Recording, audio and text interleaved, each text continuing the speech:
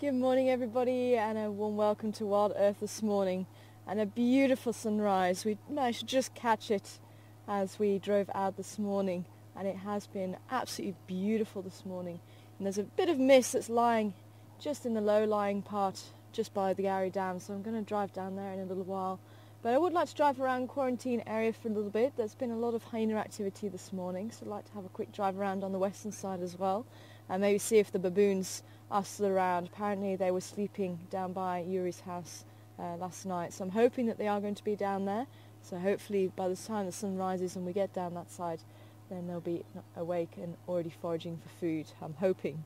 So that's the plan this morning, and then hopefully heading down towards the south, maybe see if there's any more tracks of Karula and the cubs, and maybe even some lions. Apparently there were some tracks found heading towards Torchwood, which lies to the east of us.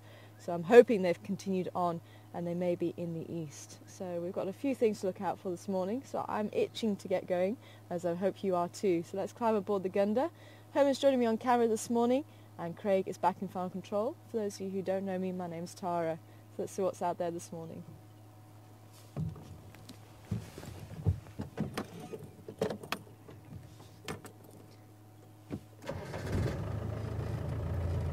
And what better way to start the day with an African sunrise? It really is quite beautiful.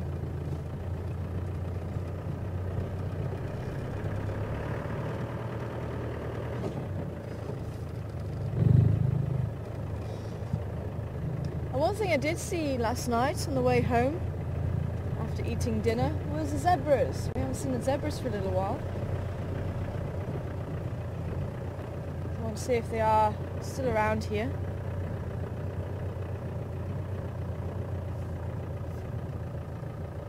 There's a couple of elephant tracks.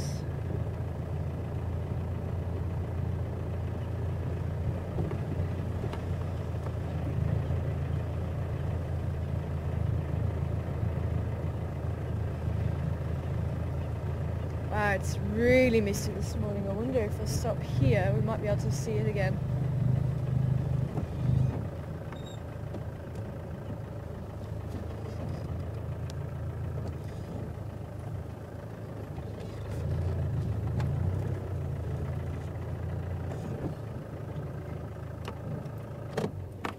Just be able to make out the trees on the horizon.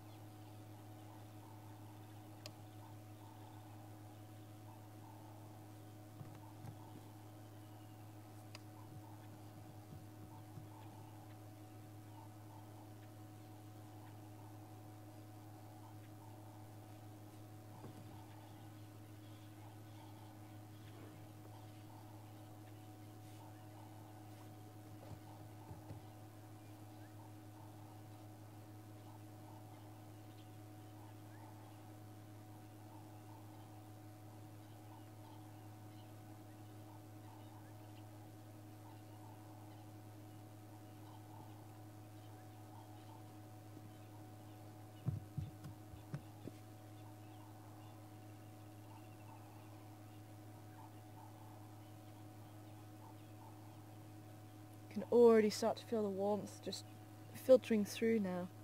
It's quite chilly, it's definitely got a chill in the air. Autumn is definitely on its way. You can hear the francolins calling, but there's quite a noticeable absence of the... there we go. Just about to say, noticeable absence of the woodland kingfisher.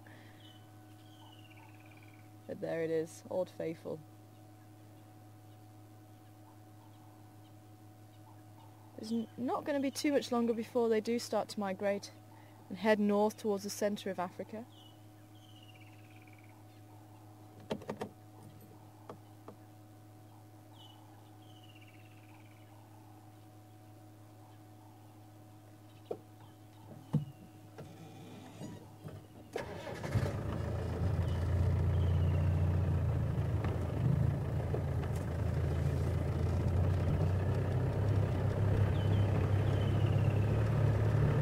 Picture!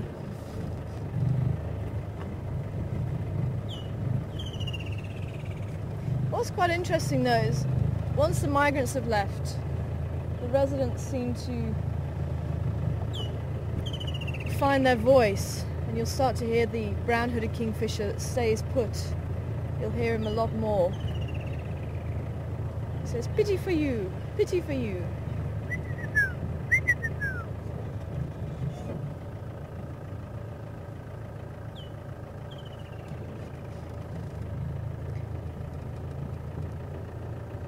It doesn't look like the baboons are woken up just yet.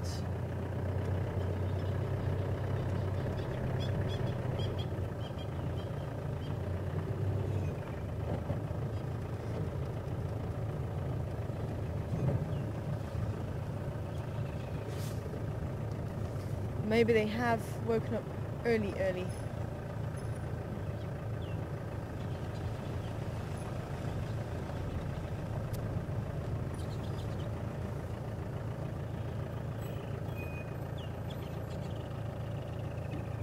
And I see a tail, so they are still sleeping.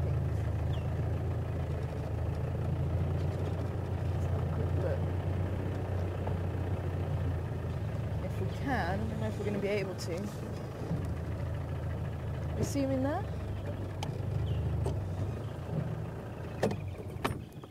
First rays of the sun are starting to hit now, and already little Huey's on the move by the looks of it.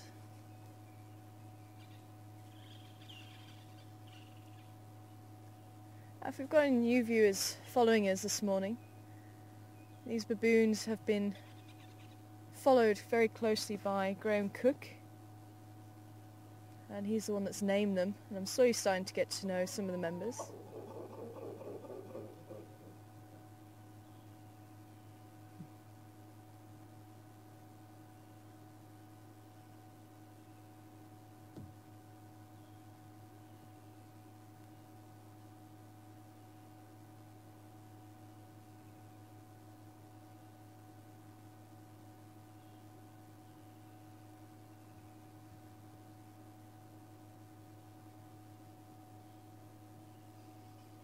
And the youngest member of the troop, I don't know if we're able to see just at the moment, but she might just come down to the big male sitting in the tree.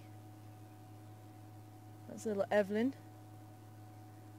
and she'll be 2 or 3 months old now, I think. Yeah, about 2.5 months old. And I'm told that Shirley is also pregnant. And I think it's worth actually checking out the troop in the next couple of days and seeing if she has given birth, because when I was talking to Graham yesterday, he said that she was heavily pregnant, and she did look a little bit in pain a couple of days ago.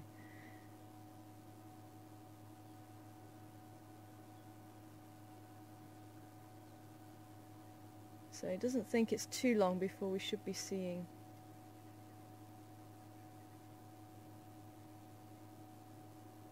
a new member, he is hoping. Here comes little Huey. I don't know if we're seeing him yet.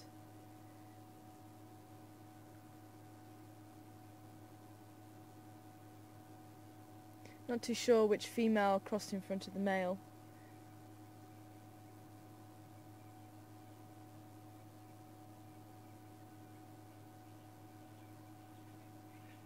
I think that's who you were watching just now.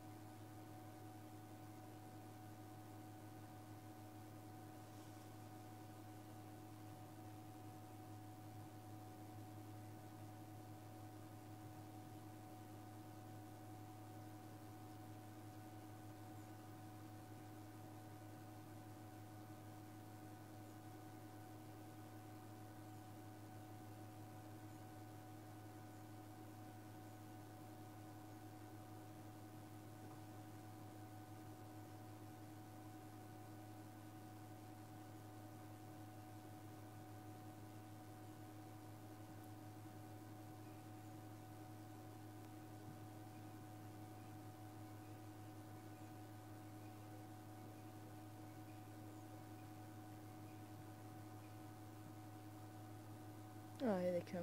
Hopefully they're going to come down onto the grass. Just down in front of us. I can still see this one here. Right in front. Yeah.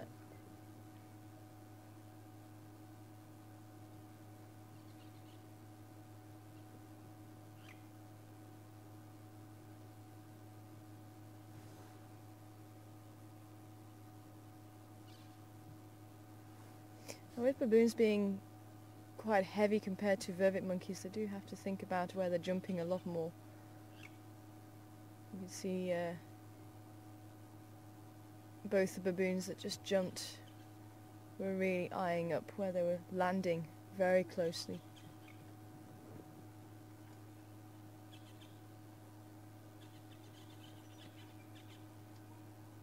And they are more of a terrestrial primate. They spend more time on the ground. They'll spend the night in the trees where it's safe, away from leopards and other animals. But if leopards are around at night, then you will hear them calling.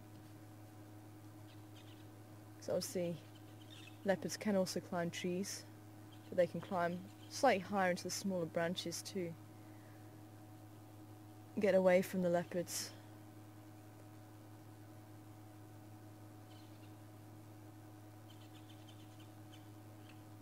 And most births do happen in the trees. They do tend to happen at night. Again, just because it's going to be safer for the mother, and she's going to be able to get over the birth without having to try and keep up with the troops during the day.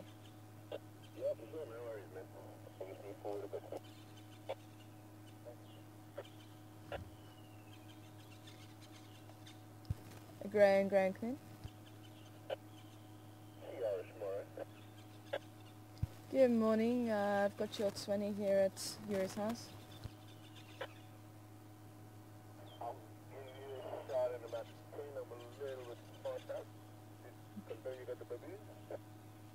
Affirmative, they still Lalapanzi at the moment.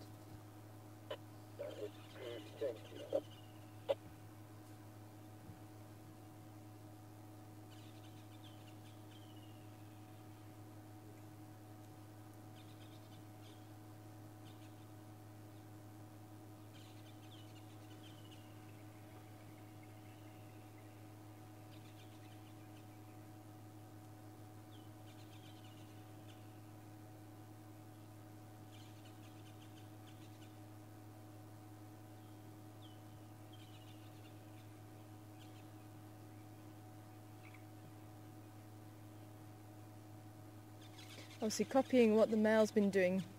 Every female that's walked past him this morning. Oh. A little bit more graceful than the others, I must admit. And the sound that you just heard the male produce probably just a couple of minutes ago is the typical sound after a mating.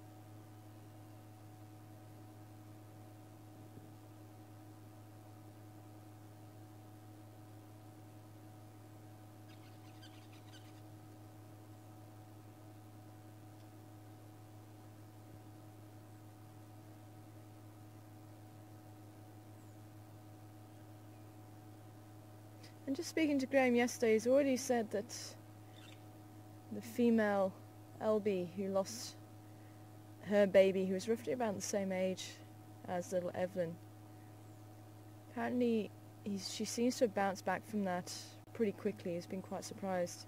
Because the first baby that she lost, it took her quite a long time to get over that death.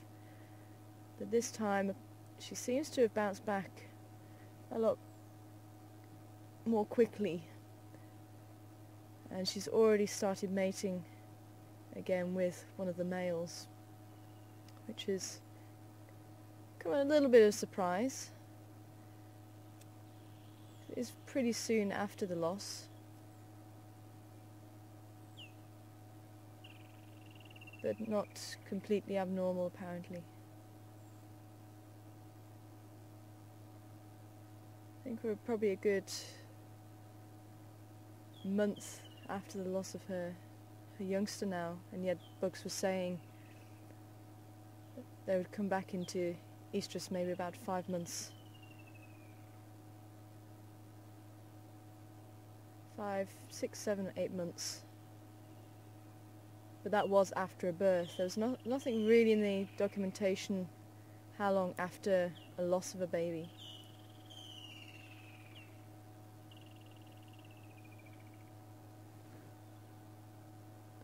But as Graham says, this troop doesn't seem to do too much by the book.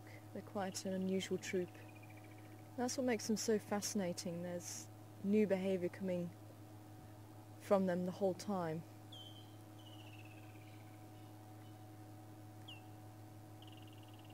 And we're still not sure what happened to the rest of the troop. The troop's literally split in half. We don't know whether they've moved on and formed another troop, or whether they've gone down south to rejoin older members of the same troop. But whatever the reason is, we now only have 7 members of this troop now.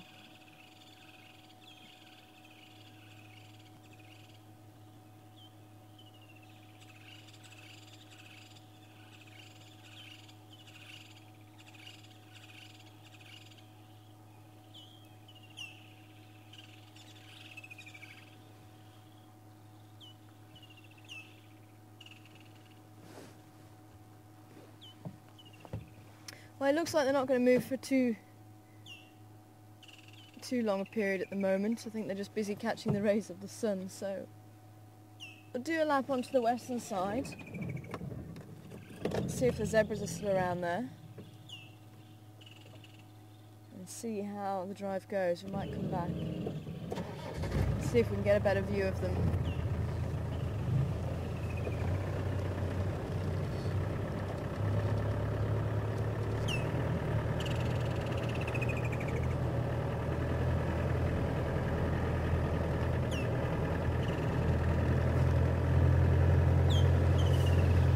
And for anybody wanting to send through any questions this morning, please do send them through to questions@wildearthsafari.tv.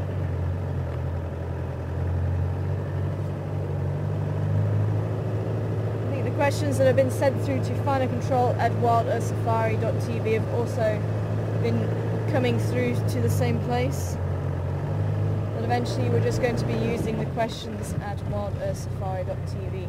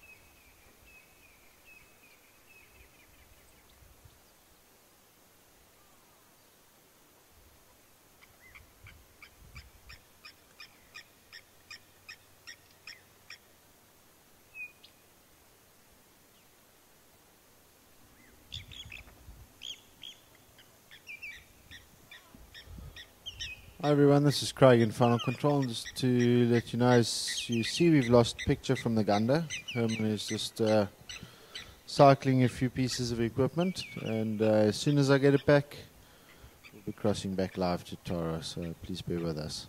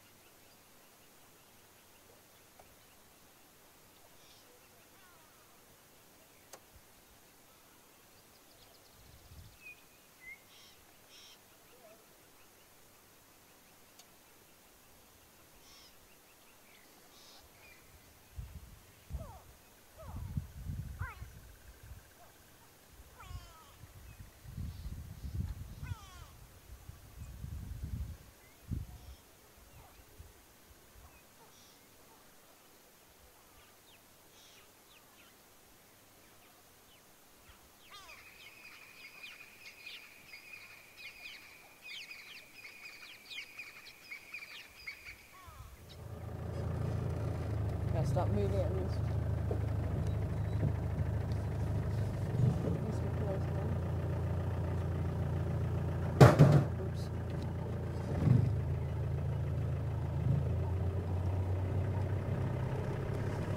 Welcome back, everybody.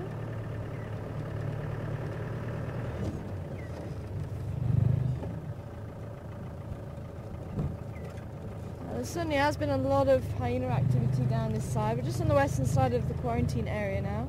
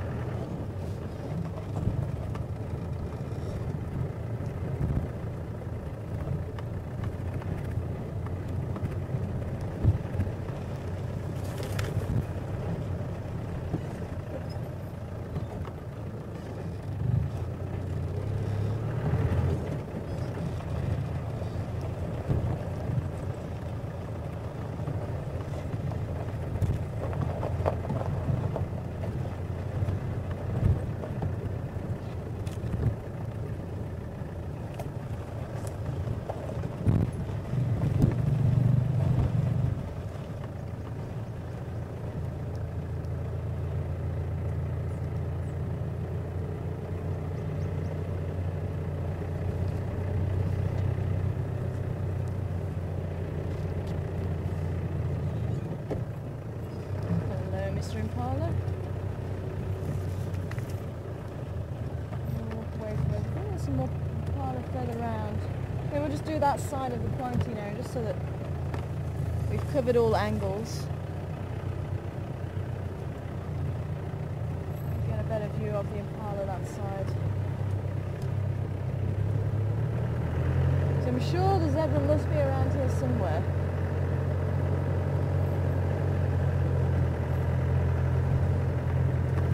Maybe they still in the bush. There's a lot of their tracks around.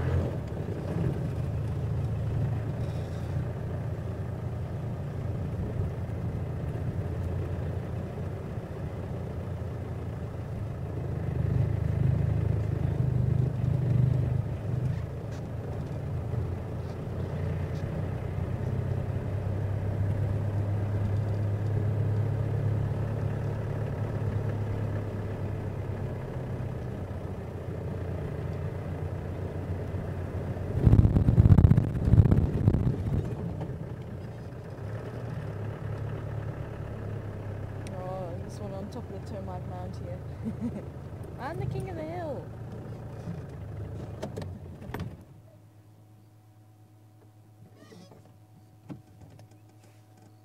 For the past couple of nights we've been driving from dinner and to dinner, the herd have been split quite dramatically, so something has definitely been going on here. Oh, white-tailed mongoose tracks here. Have been out and about last night by the looks of it, or even early this morning.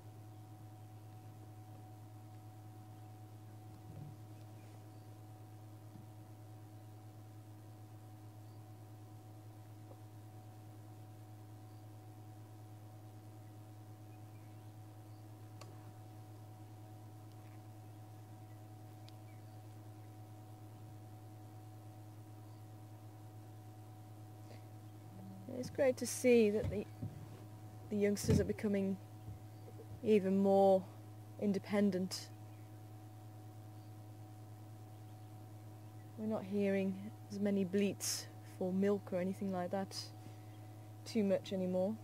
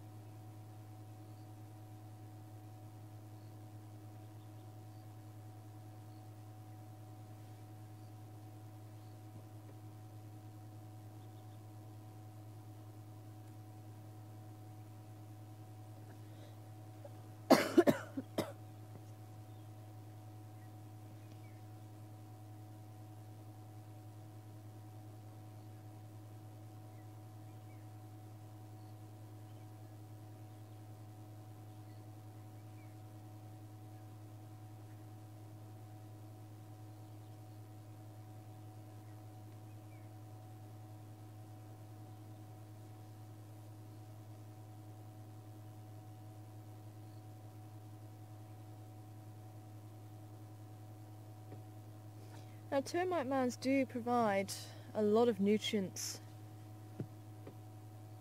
and you're quite often on an open plain. If you find a tree, you may find one or two trees, and quite often they'll be associated with a termite mound. Because of the way the termites live, you are more of a herbivore than that of their cousins, the ants. Although they are distant cousins, they're not closely related. Ants tend to be more carnivorous than the termites are. And they'll take in either vegetation to decompose with fungus, or they'll eat certain types of vegetation depending on which species they are. Maybe even bark of the tree. Sorry, I can't speak this morning. So depending on the species, but generally the fungus growers in particular help to increase the nutrients in and around the termite mound, so that grass or the trees that are there are highly nutritious and highly palatable. So that's what you tend to find animals eating very close to a termite mound if it's in the area.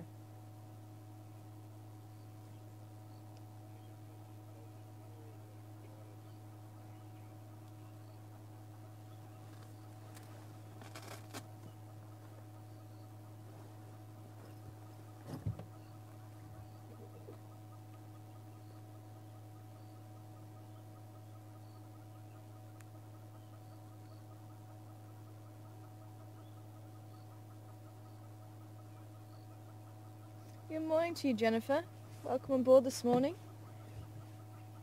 And having a look at the fur of the impala, I just had a quick look with the binoculars.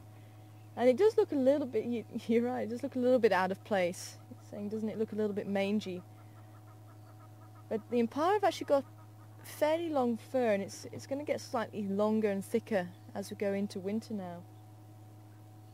And I think all it is, it just looks out of place because you're so used to impala being very well groomed.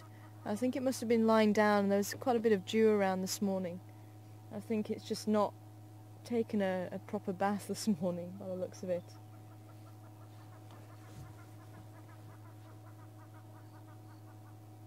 It does look like there's one or two spots that does have a little bit of fur missing as well, so I think that's just adding to the appearance.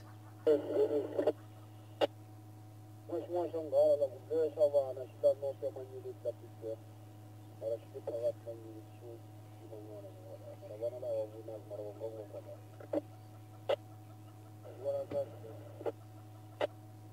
it goes, grooming itself now.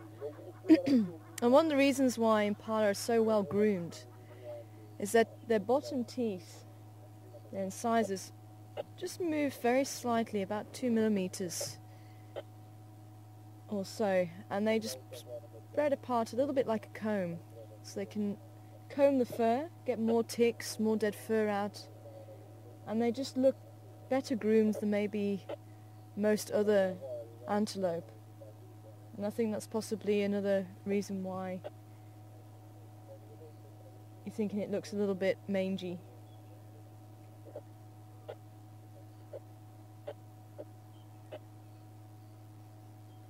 And good morning to you, Bamble. I hope you're well. Wanting to know how tall the impala is. I think from the foot to the head, I'd say about 40, maybe 50 centimeters tall. What do you say about that? A bit more than that. You reckon more? But from the foot to the head.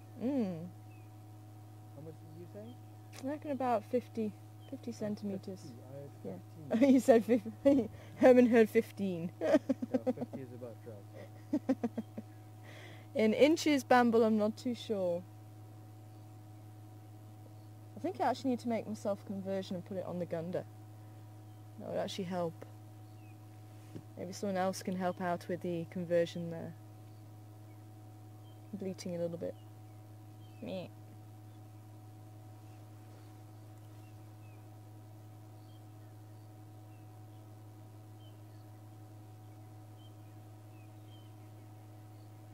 It's a little male.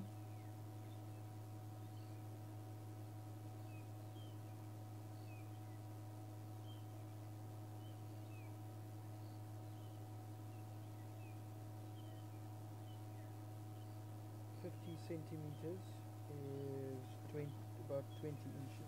Ah, thanks, Herman. 50 centimeters, about 20 inches.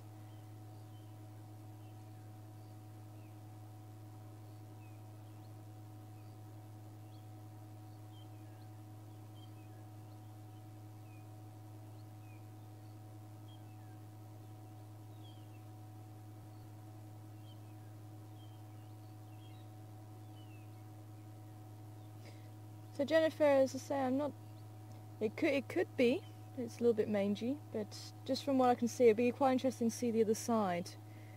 But I think it is just from where he's been sitting down and just not groomed himself too well this morning. And they'll also groom each other. You get a lot of allo grooming between males and females and young and old, males and males, just to get to those hard to reach places.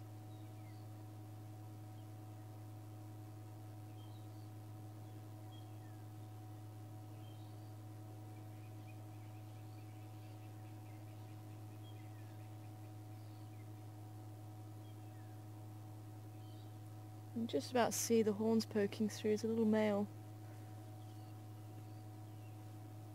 It's probably one of the younger males that are here.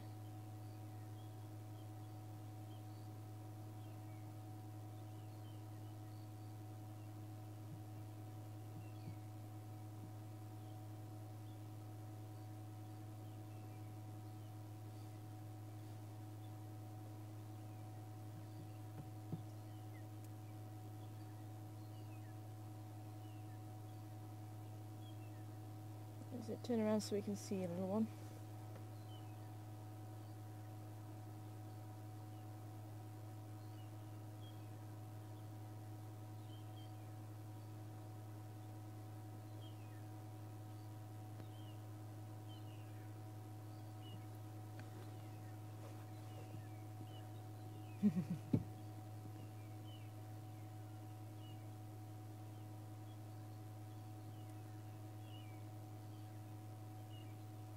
I hear the beautiful liquid call of the long-tailed shrikes calling.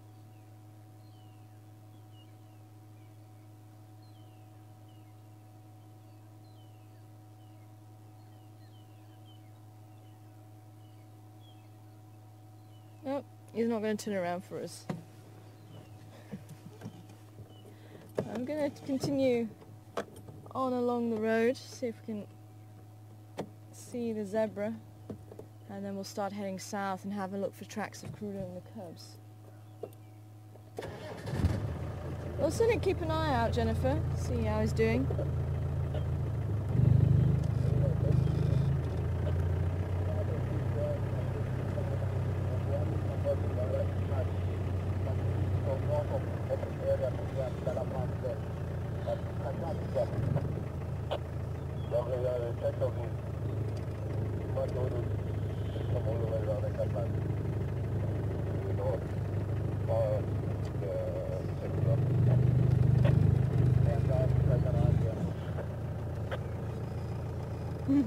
Sorry, lady. Beautiful rams here on the left.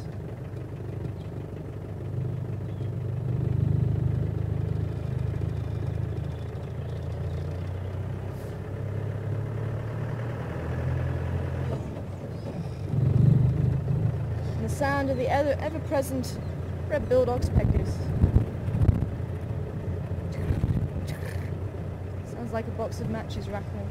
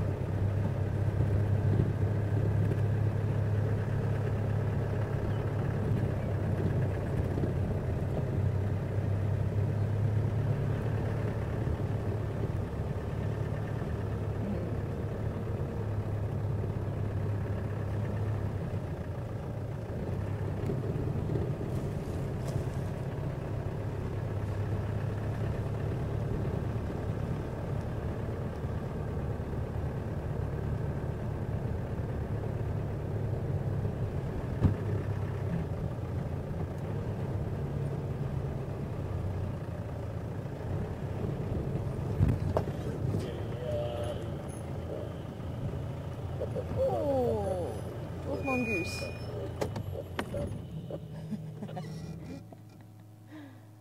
Also lying in the middle of the road trying to warm up.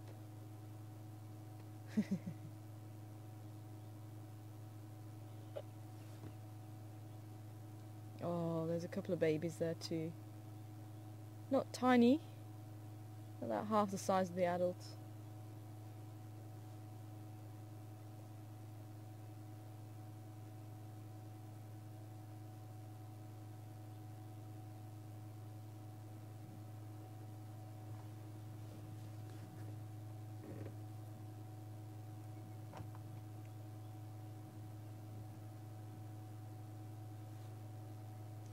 And I must admit, these little ones have a lot of character.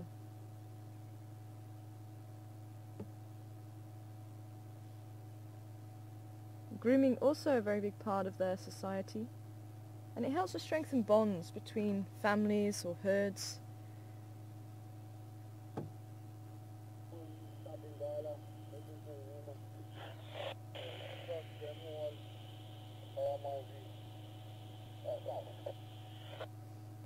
The Nkahuma Pride has been spotted up in Buffelshoek, quite far in, heading south.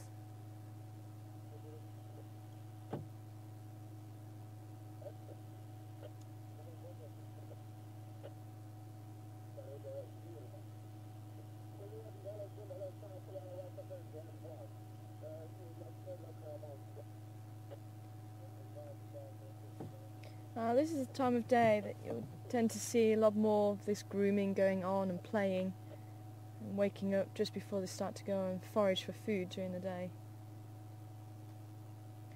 And also last thing at night before they go to bed. It looks like quite a large family, this.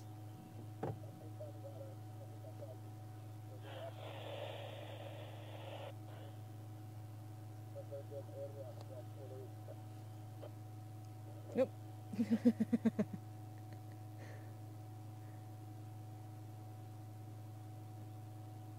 Hear that one call, somebody just got spooked by something and they all disappeared. And that's one of the reasons why it's important to keep the bonds between the members of the family so strong.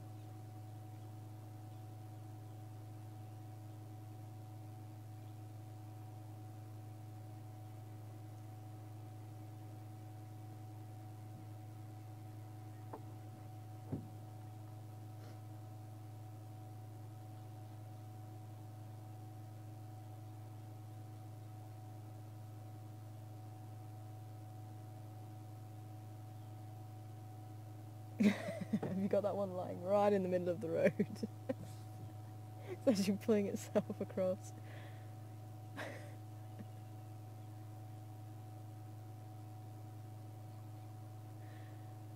And the road's going to be holding quite a bit of heat as well, so they'll be able to warm themselves up from the sun as well as from the road. That's what he was doing there.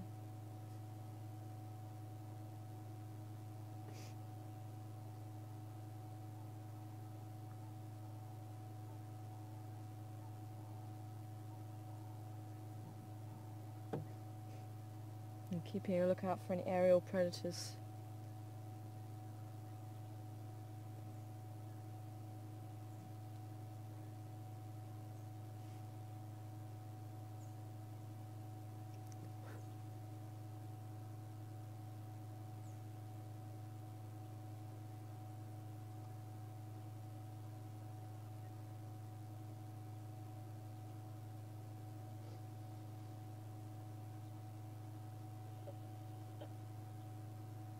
Coming from altitude.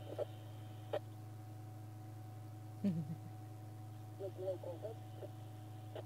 The altitude was protected. We are trying to cut down some the border fields from around here from the cold what is it called that all type of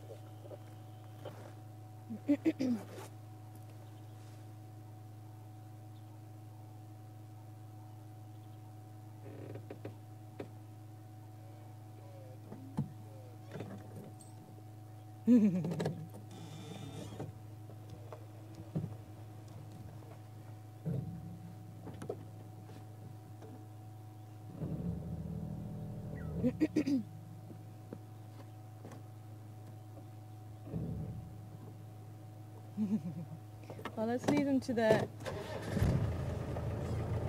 sunning and continue on our drive. And hi Alan, good morning to you, hope you're well.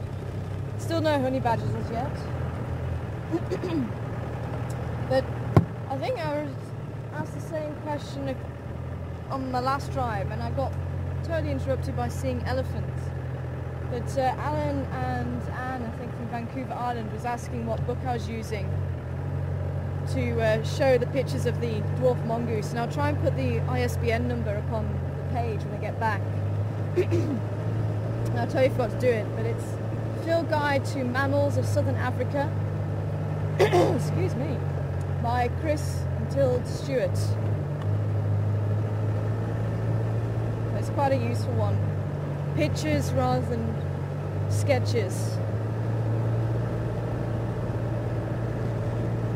That's the book that I was using to show different animals a little while ago as well.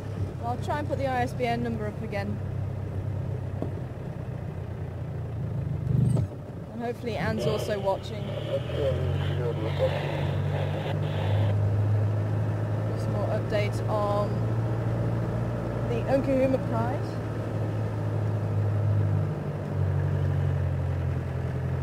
Let's take Zoe's road. Oh, I see a giraffe.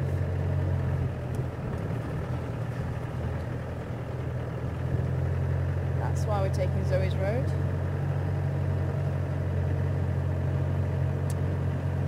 And I think you got a couple of questions about elephants, Alan, but I'll come to them just now. Got 2 giraffes. Wonder if I can squeeze around the corner. There's one in the road, close to the road.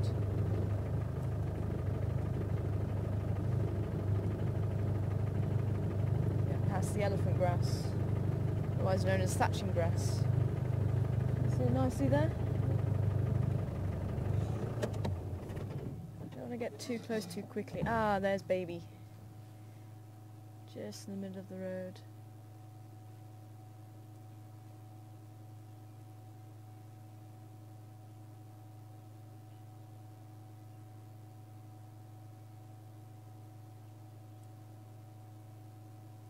I'm just going to move on again and see if we can sit just above the grass.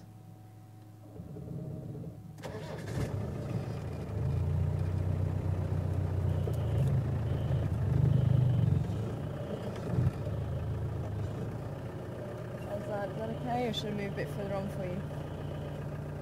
Okay there?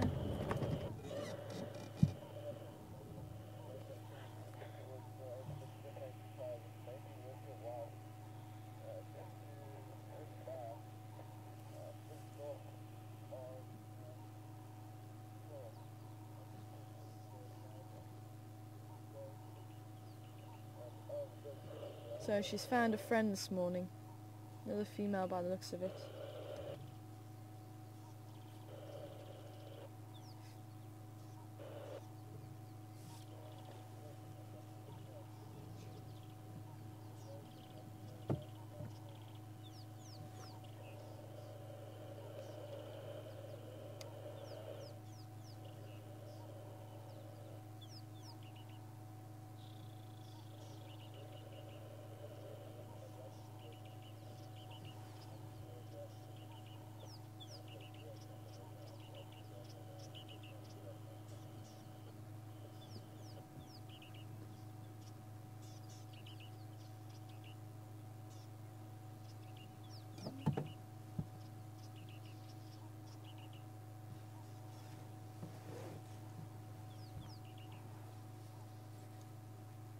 Amazing to think that grass can grow just as tall as a baby giraffe.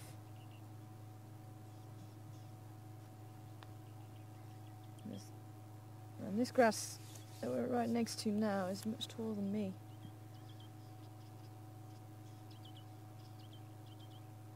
And if you do come to South Africa, you'll see there's a lot of huts and buildings and even lodges that have thatched roofs, and this is the grass that gets used. Yellow and brown thatching grass.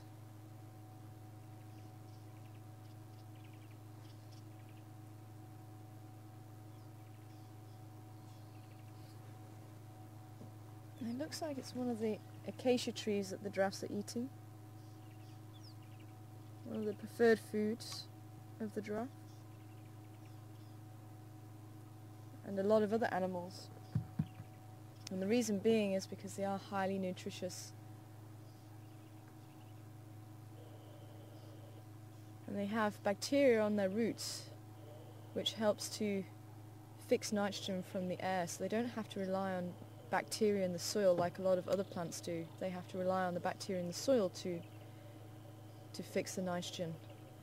But the acacias, which are related to peas, the pea family,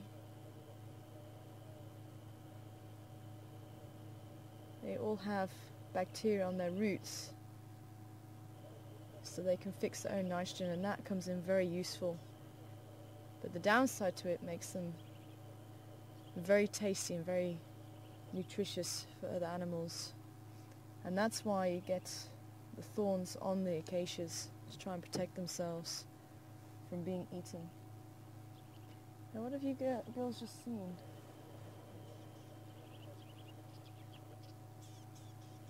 We're seeing movement at the back of us.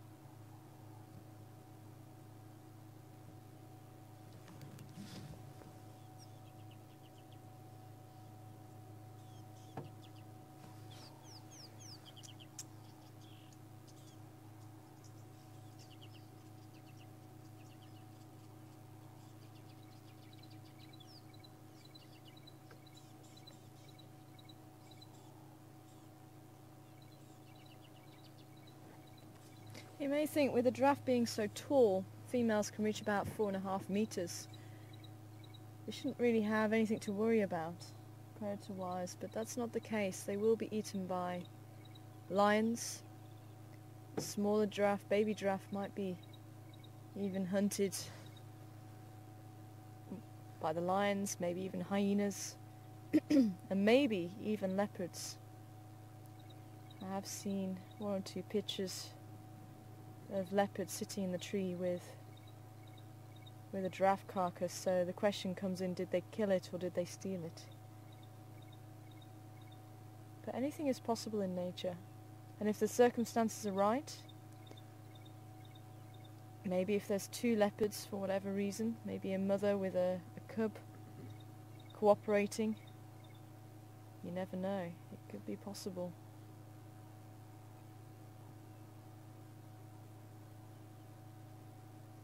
They certainly seem to be watching something.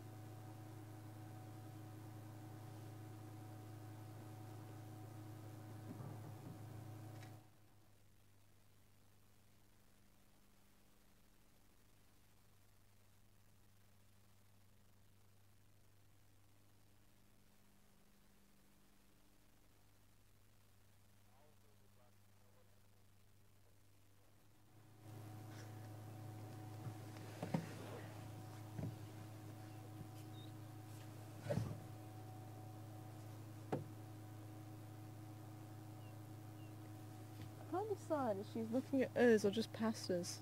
The other one's decided there's nothing really to bother about.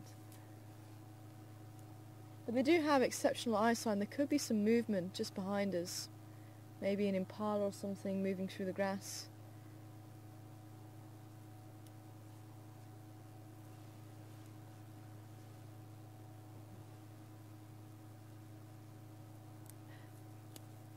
They do rely quite heavily on their eyesight. They've got extremely good eyesight, and you can just tell that just by the size of their eye.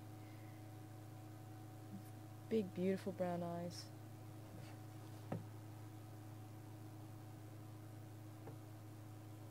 And good morning to you, Melva. I didn't quite hear the full question, but you're asking something about the grass. Thatching grass.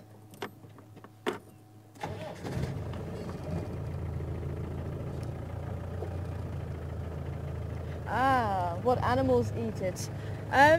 Not too many, Melva, and that's why it grows so tall. If I can actually maybe stand next to it, it'll give you an idea. I'm actually hidden from the giraffes. Let me just stand next to it quickly and give you an idea exactly how tall this is.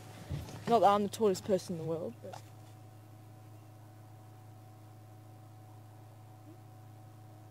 Go back a little further. More. Yes. More. Okay, cool.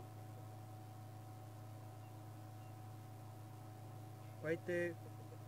Don't move.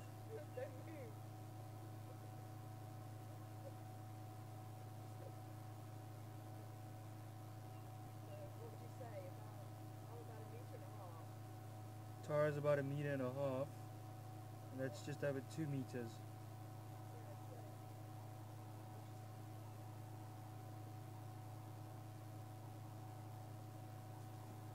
Length is not one of your strong points, is it? No, I'm vertically challenged.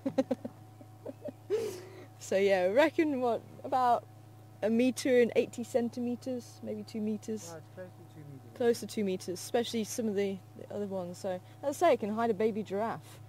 So the reason why it grows so tall is because it's not tasty, it's not palatable, doesn't really have too many nutrients, and that's why animals tend to ignore it, and that is why it grows so large. And depending on the species, animals will eat highly palatable grasses, very tasty, nutritious grasses, and they tend to be the very short ones.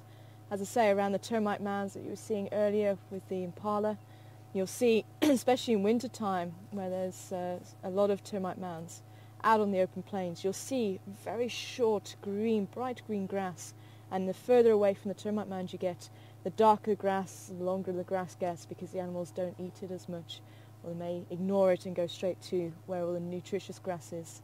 And it's the same principle even out here. So in amongst all this grass here, there may be some species that the animals can eat, so they may move through here. But that's one of the reasons why burning and fires is very useful, because it gets rid of all the grass that the animals can't eat and allows them to get to the grass that they can eat. Because especially when you've got an area like this where you've got all this unpalatable grass, it can be quite difficult for them to get in amongst those unpalatable grasses to get to those succulent. Although when this grass is germinating and it's a very fresh shoot, you may get some species actually eating it, but rather once it gets past that very early stage, they rather not eat it. There's better things out there for them to eat. I think this is like the Brussels sprout of the grass world. I don't like Brussels sprouts.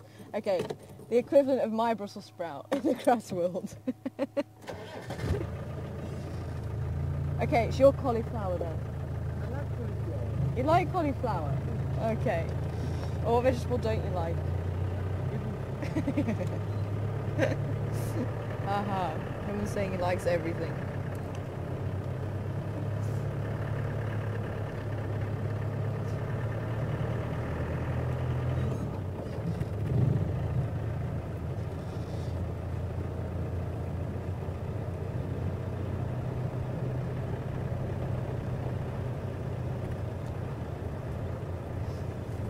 Hi Elizabeth, good morning to you. Welcome on board this morning. And there's a bit of a debate to that one, Elizabeth. But I think most people are now sort of starting to agree on this number of species or subspecies of giraffe being about 9. At one stage there was people believing there was about 13 species. Some people still say there's 1. We've got some blue wildebeest here on the left. I don't know how well we're going to see them. Just see their tracks this morning.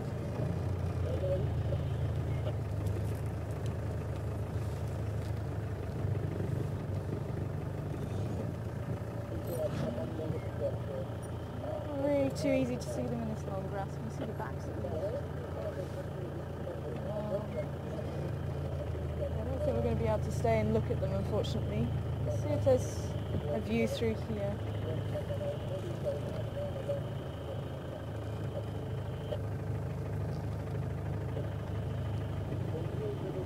Searching through the long grass to get to that succulent grass.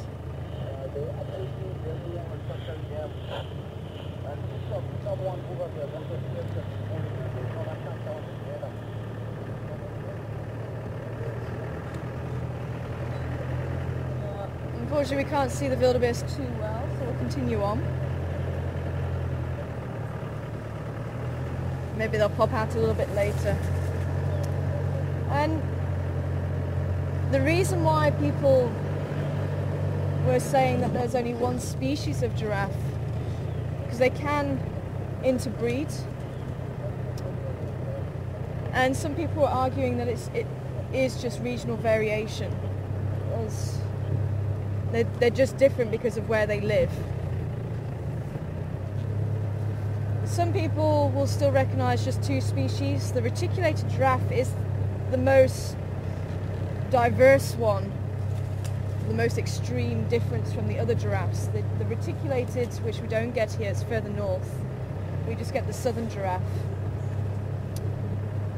But the reticulated giraffe, the blotches are much more regular in their appearance. So rectangle, more square and rectangle than what you see on the southern giraffe and other species of giraffe. And it tends to be a more chestnut brown colour. Oh, kudu. Apparently this is the road that all the animals have been hanging out on today. Good morning, lady.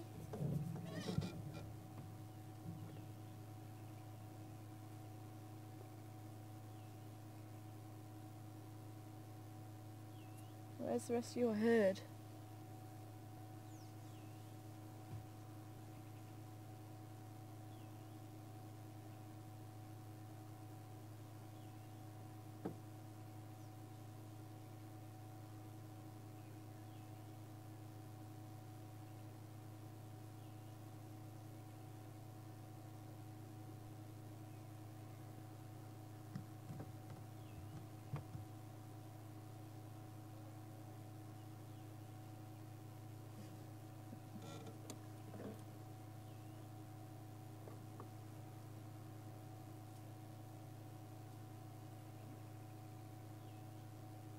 Those ears come in very useful, especially this time of year.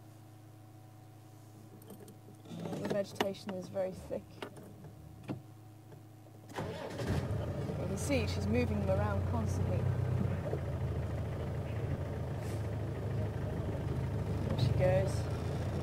The call of the lilac-breasted roller as it flies overhead.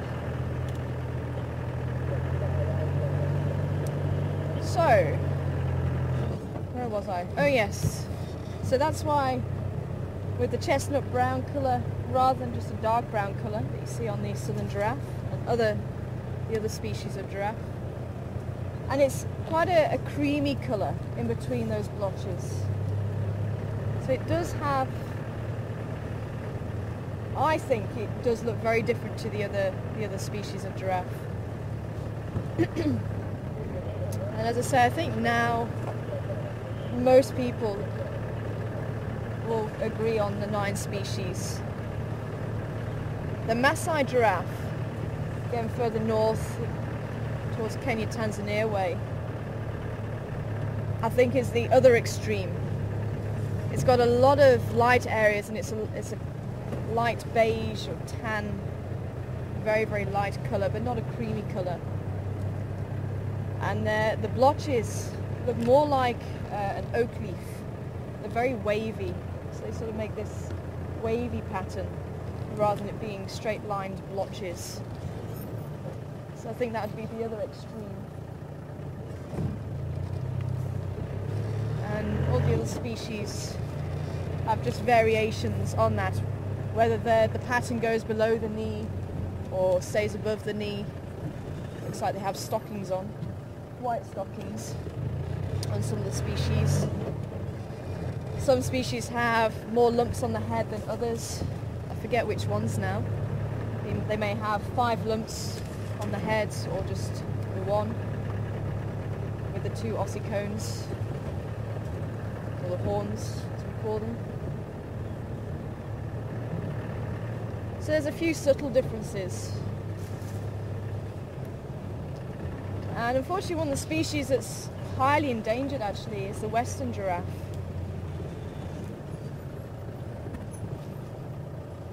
Maybe we should just check out Impala Plains while we have a quick check, and we'll head down towards Treehouse Dam and along Gowrie, Main.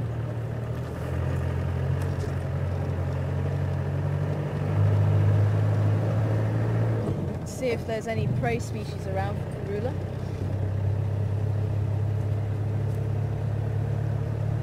She was seen a couple of days ago down towards Baboon Pan on the southern side of Gowrie, Maine, which is just outside our area. We're able to traverse.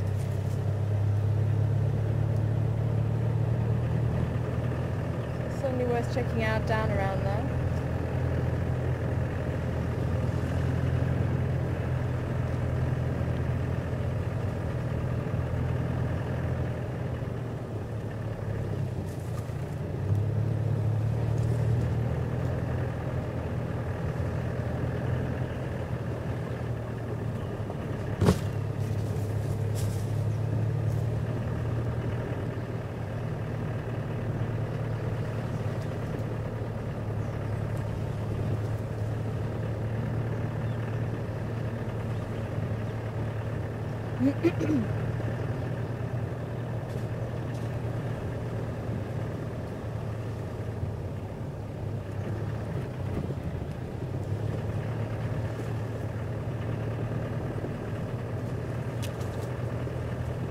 And there is a book actually just on the differences of the giraffe.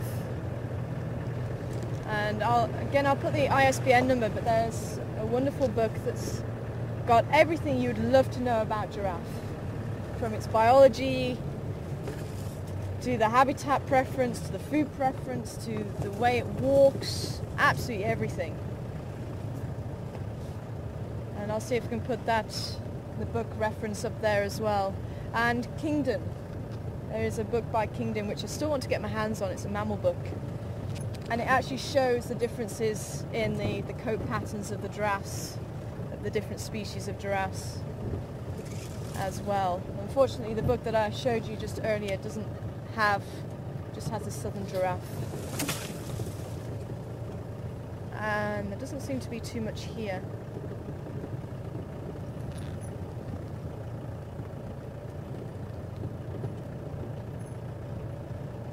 No, not too much going on here.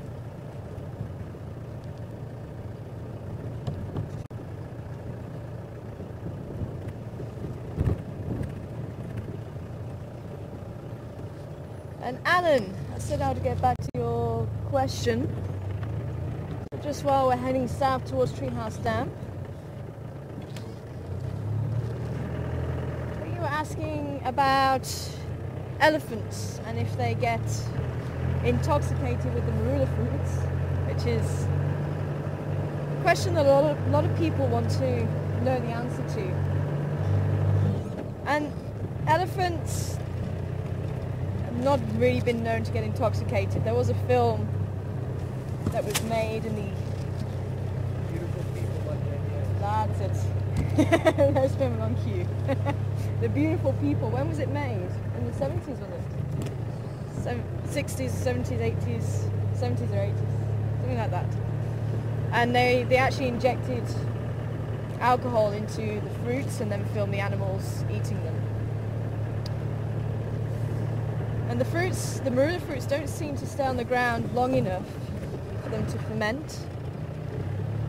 And if they do, you don't really see the elephants eating them.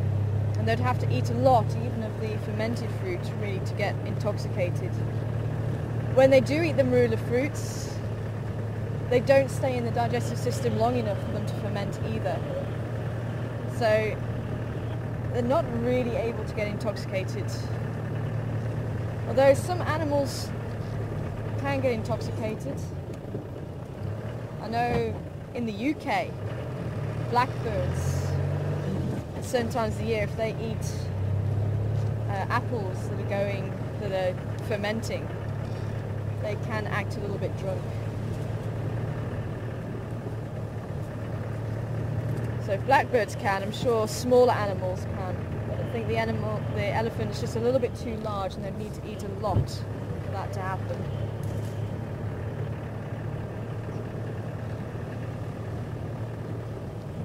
And it is also true, Alan, elephants have a fantastic memory.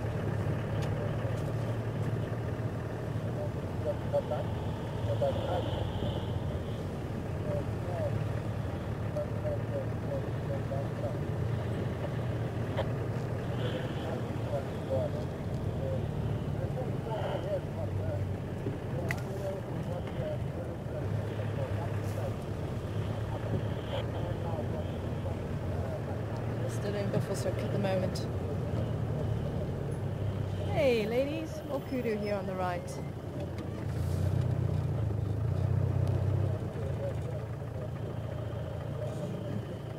We'll have a quick look at them before we move on. This might be the other female's herd. She wasn't too far away from here. Or there could just be two herds in the area. They're not territorial, so they wouldn't fight over food or anything.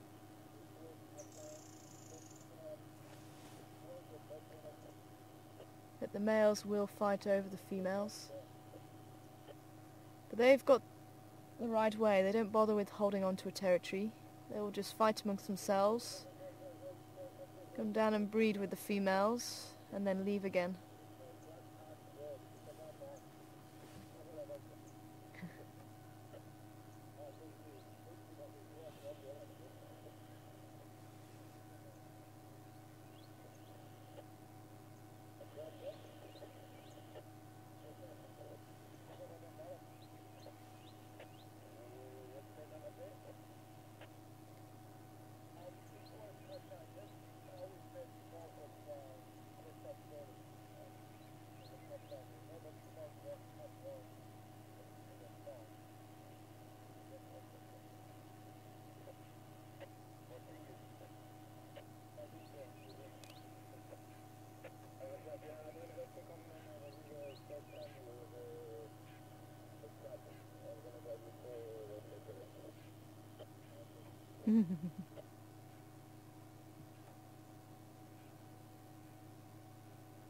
This is the usual size, between 4 and 6 females usually. For a small herd of kudu.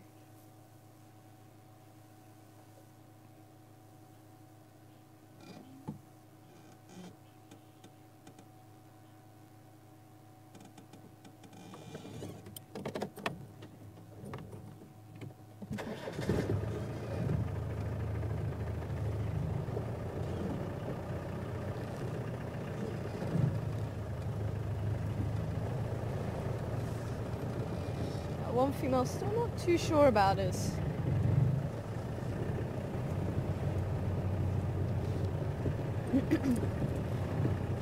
And the reason, Alan, why the elephants have such a good memory is because they need it. They can roam far and wide, and they need to have an intricate knowledge of the areas that they travel in. And depending on the times of year, where to find water, where to find food during bountiful years, where to find the best food during the not so bountiful years, maybe drought, where to dig for water, where to find minerals. So there's a lot that an elephant needs to know, and I think also the more research that's done on them, the more we find how intricate their social structure is. So there's a lot to do with the language, I think. There's a lot of vocalizations that we don't hear, and yet they do have different vocalizations for different scenarios. And as I say, the social structure, the actual social side of it, is very intricate too. And the elephants have a similar, what would you call it? I'm lost for a word now. Childhood. Similar childhood to humans, or childhood length. Because they tend to grow up, and the males move on roughly around 17, 18 years old. The females may have their first calf or be mated for the first time around 16, 17. So they're just with the length of the childhood just goes to show how much there is to learn about being an elephant. And that's one of the things that you can actually see from animals. If they've got a very long childhood, it does indicate there is a lot to learn.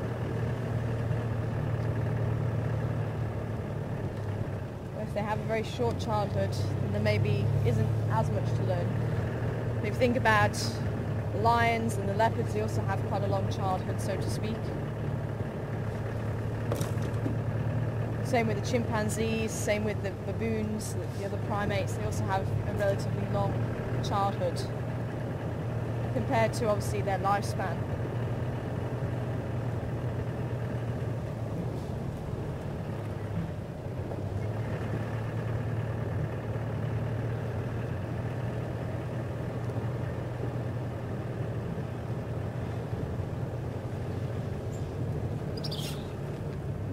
Here's some more dwarf mongoose calling.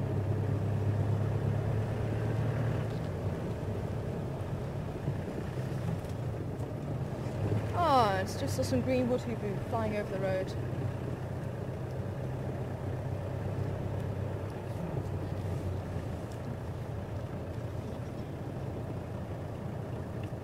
Continue flying off. Nice to get one sitting in the tree just in front of us. Beautiful, and when the sun shines on them they do have this metallic green colour. Used to be known as the red-billed wood hoopoo. Got this beautiful long curved red bill.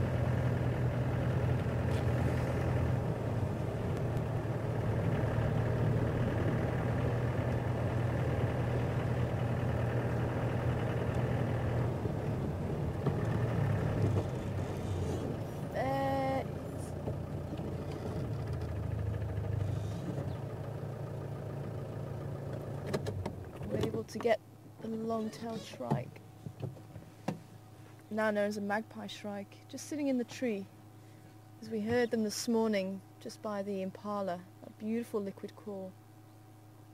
Nice to try and show you.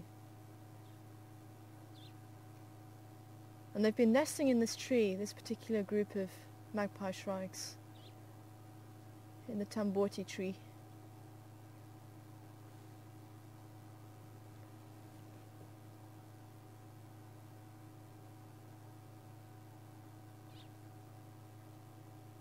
There was one that flew off, but there could be others around. Just like the wood hoopoos, they are a communal breeder. They will have helpers to rear the next set of chicks. So you're more likely to see a group of them than you are one on its own.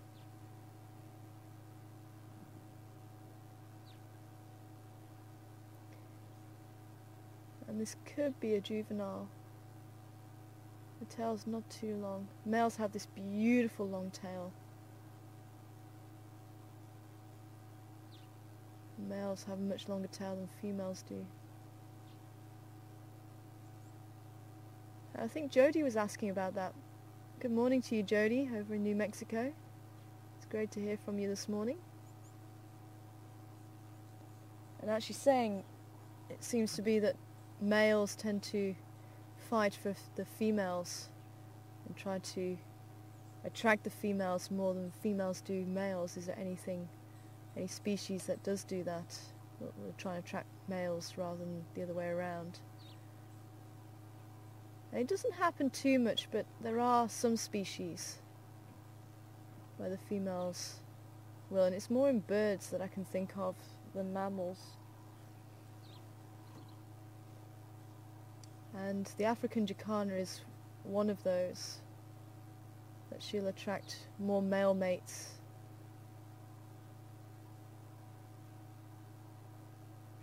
And it's known as polyandrous, so she'll attract and she'll do the courting of the male. And she'll go and lay eggs in a nest that he's built,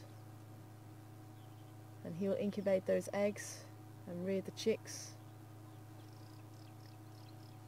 And once she's mated with him and laid the eggs, she'll go off and find another male.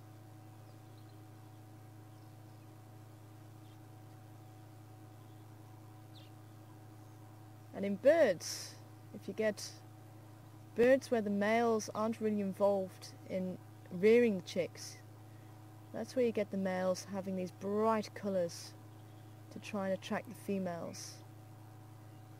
But males where they may have a hand in rearing the chicks can be a similar colour or the same as the female. And that's very true for the magpie shrike that we're looking at now. Male and female. Oh, there's one tackling a snake on the ground. There is a small snake on the ground. He's just flown off. It's actually...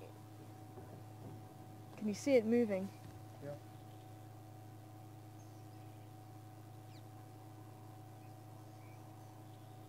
Tiny little snake.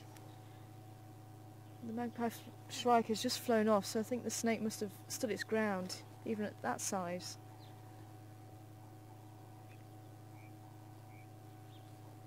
I've lost it now. You still see it? I've got the spot where it is. It's in the grass at the moment, but That's why I can't see. I think that's where I had it. I pulled my binoculars away just at the wrong time.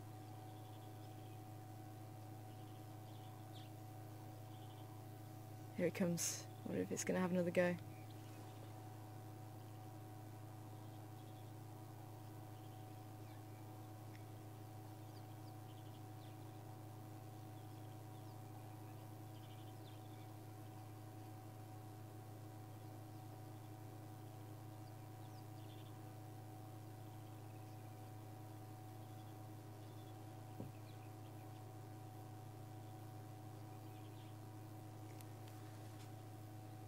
Yeah, it's not too sure whether it should go for it or not.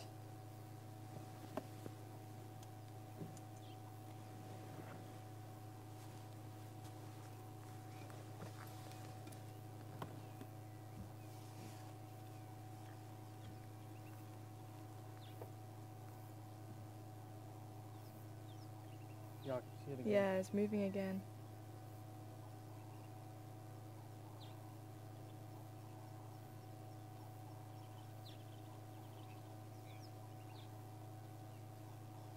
Could be a beak snake.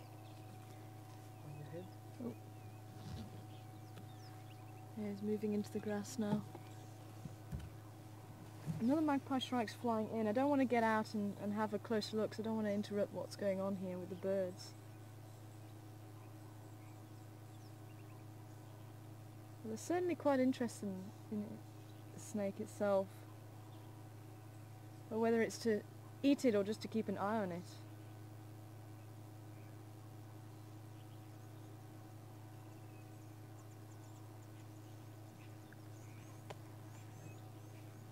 Let's see if I can just drive a little bit further round. Maybe we might be able to see it again. I think it's moved further in. I'm seeing this bird actually watching it now. I can move just a little bit further round. I may just catch it glimmering again.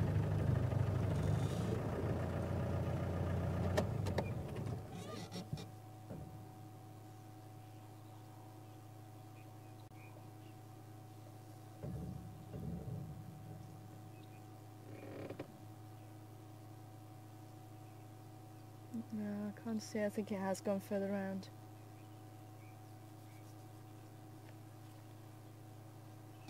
I don't think they've got any more chicks at the moment, and a snake that size shouldn't really pose any threat to a chick, so I think it was deciding whether to eat it or not. But maybe thought against it. Maybe the snake did actually defend itself quite nicely.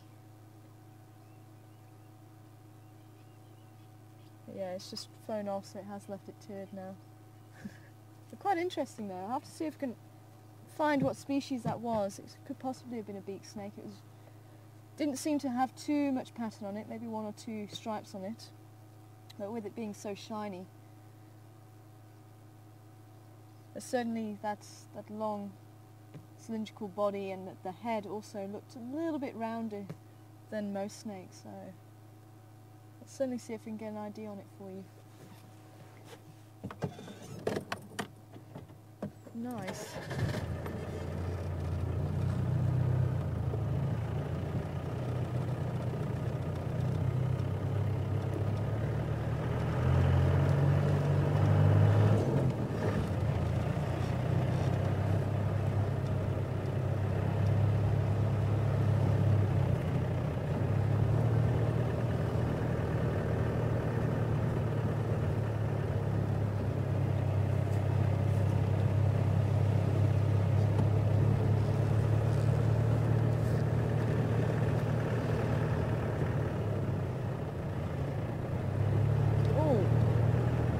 Thanks, Karen. Apparently there's vervets alarming at Gowrie Dam, so let's go and have a look. We'll have to come back to Treehouse Dam in a little while. But if the vervets are alarming, there's a good chance there's a predator around. And for the last couple of days, they're saying there's been impala herds split and they've been very uneasy. And a couple of nights ago, I did hear one of the leopards very close to Inga's house where we have dinner.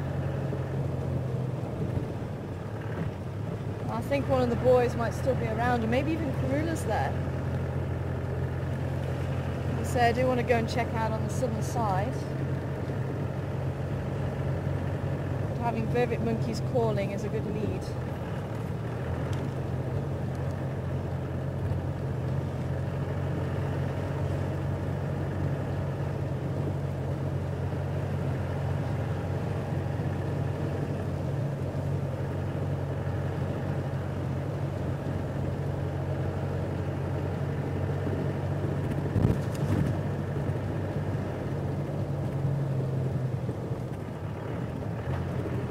More elephant tracks heading down that side as well.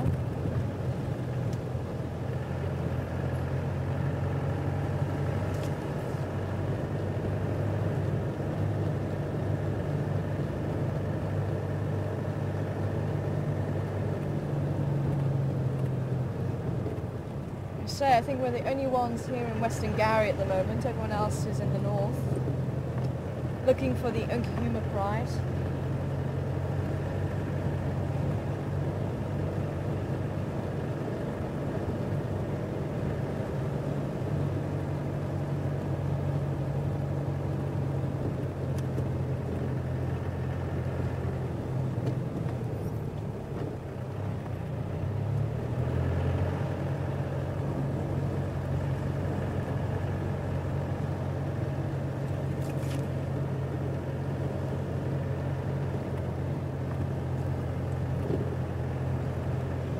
Any luck, the vervets will still be alarming by the time we get there. We're probably a good few minutes away from Gowrie Dam. We're on Philemon's Cut Line at the moment, just past Shabam Road.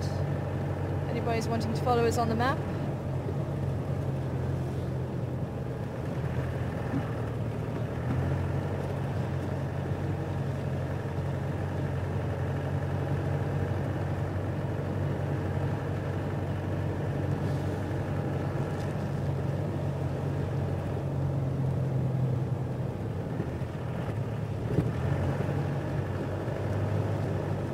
And while I was speaking to Graham yesterday, we were having a look at the pictures of the cubs. So, as a lot of you know, he's managed to get pictures of the two cubs from Karula. And he got some nice, as he was saying, bum shots of them. Especially of one. The other one, we're still not entirely sure. He thinks it's a male. But when we were looking at the pictures again, we couldn't quite see too well. There's a bit of vegetation in the way. And the sequence that was running through, we had the female, there was a little female that came in and was being licked by Karula. She turned around, so we managed to get a clear shot there. And she sat down, and then the second one came through. Then the shot wasn't too clear, but I think Graham on the picture actually had him question mark. But it certainly looks like there is one cub that is female, and being 3.5 months old, I'm pretty sure we'd be able to see the testicles of the male. But that's why we're sitting on the fence just a little bit, because certainly by 5 months can see the testicles, but 3.5 months,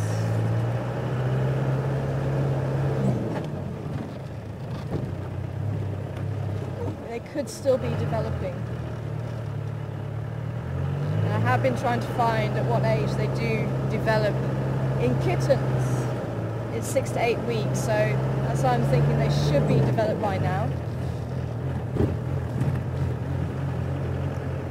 But I think we're going to wait until we get another decent look at them to confirm if it is a male or not. But that's where we stand with... Oh, I missed that. There was a Marshall Eagle just sitting in this tree here, being blinded by the sun.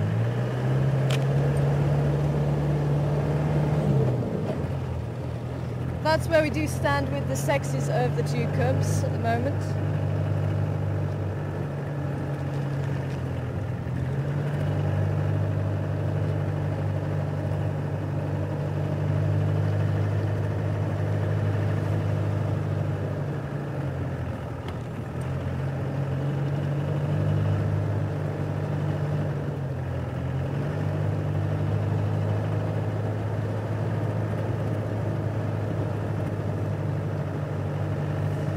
Awesome. Okay, apparently the vervets are still alarming, so we may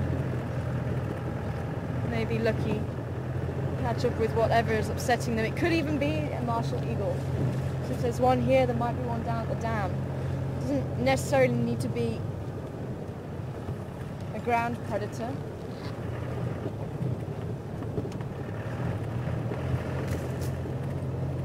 Although the vervet monkeys have been recorded having different vocalizations for different types of predators. So if there's a snake, it's different to a ground predator, which is different to an aerial predator, so that they know exactly where to look.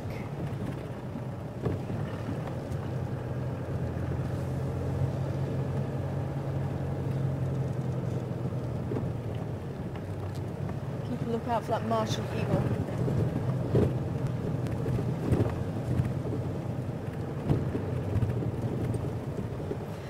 For those of you who would like to know how to get a hold of a map, I think Jodie's also asking.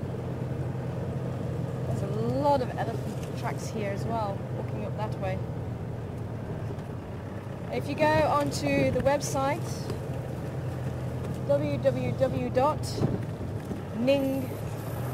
wildearth.ning.com, so it's wildearth.ning, N-I-N-G.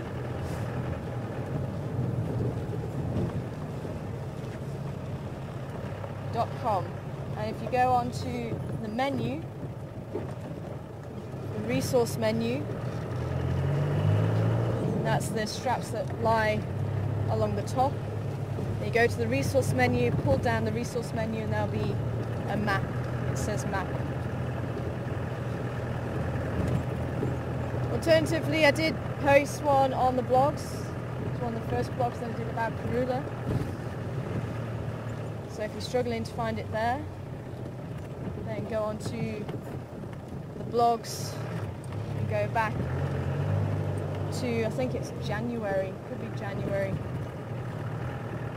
Oh, there's a purple roller in the tree. Sorry, we haven't seen one of these. I don't know if we're going to be able to see it. But we generally see the lilac-breasted and not the purple. We can have a quick look. I do want to head to the dam before the monkeys stop calling. But heavily streaked on the body and a much darker pink colour than the lilac-breasted. And slightly larger bird, but you probably won't be able to get that from the screenshot.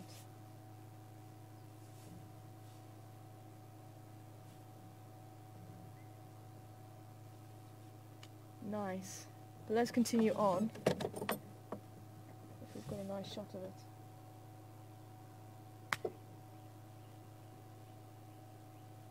I'm not hearing the monkeys from this side, so they might be the other side.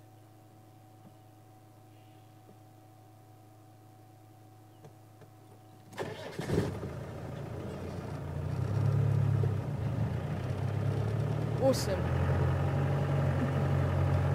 Been a long time since I've seen a purple roller.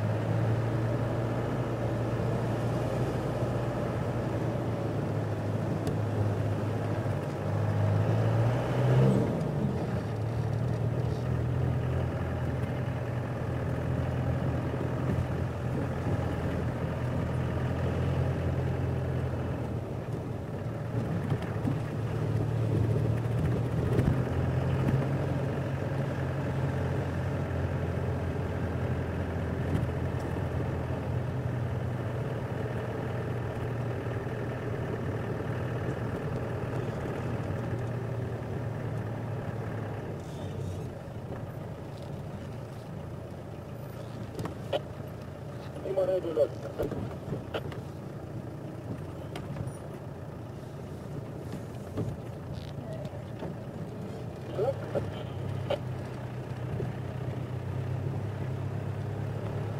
Maybe on that side.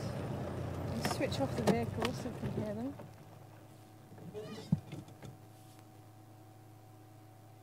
Yeah, over that side.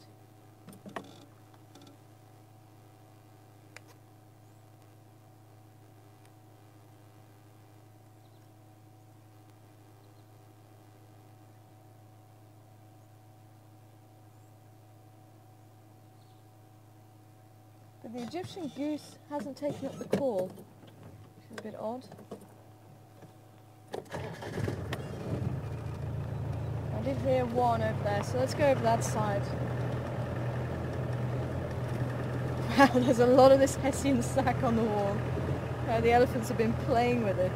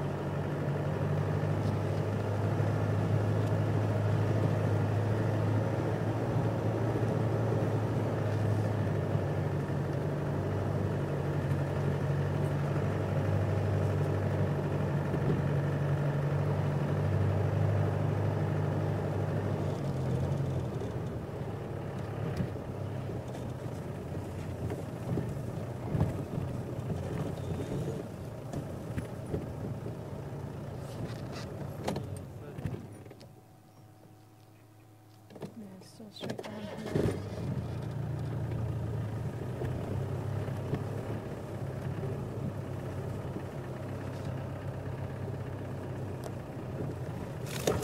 Oops. You can see where they're calling from. See if we can follow the direction of where they're looking. How far down we're going to be able to get, because it's still very wet down here.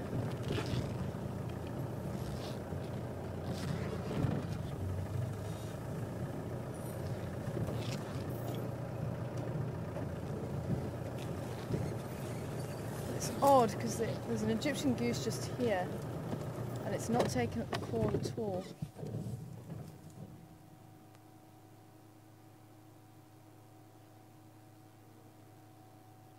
We might need to try the other side then.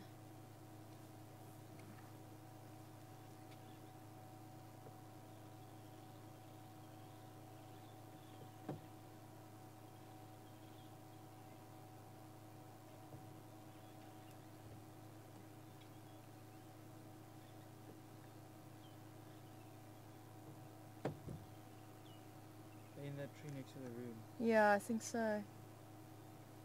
Yeah.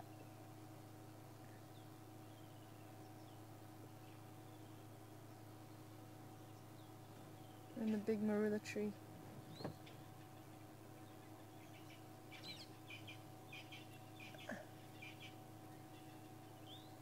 I'm just trying to get a direction of where they're looking though.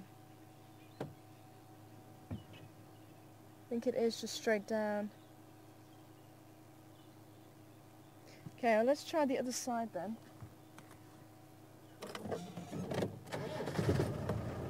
try somewhere down there.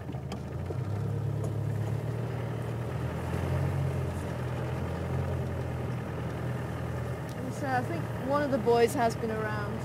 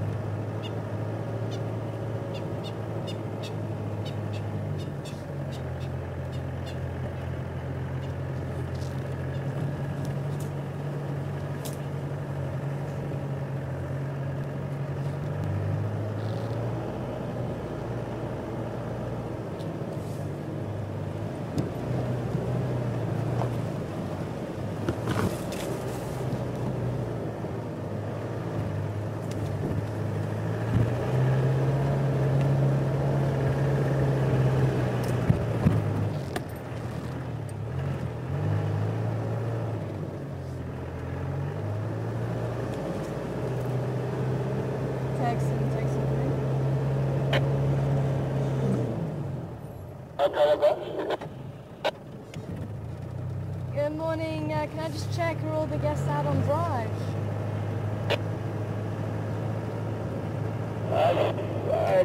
Come again? Do you know if all the guests are out on drive?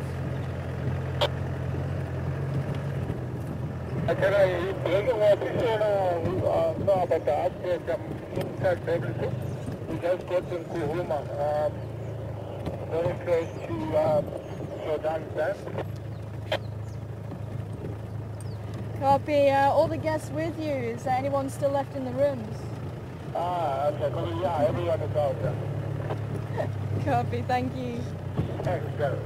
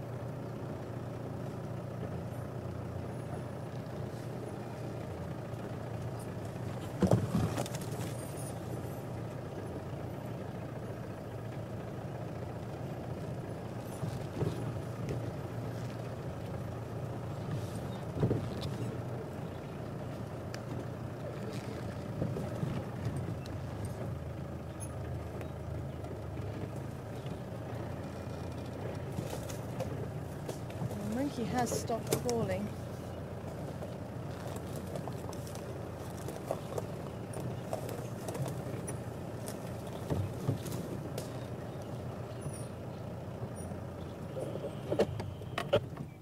Switch off and see if we can hear anything.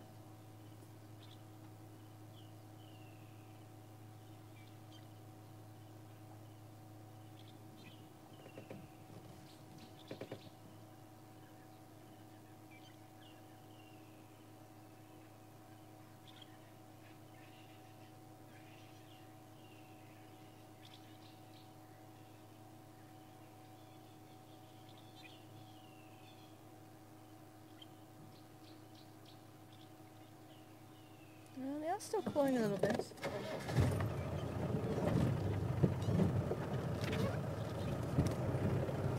So the Franklins too.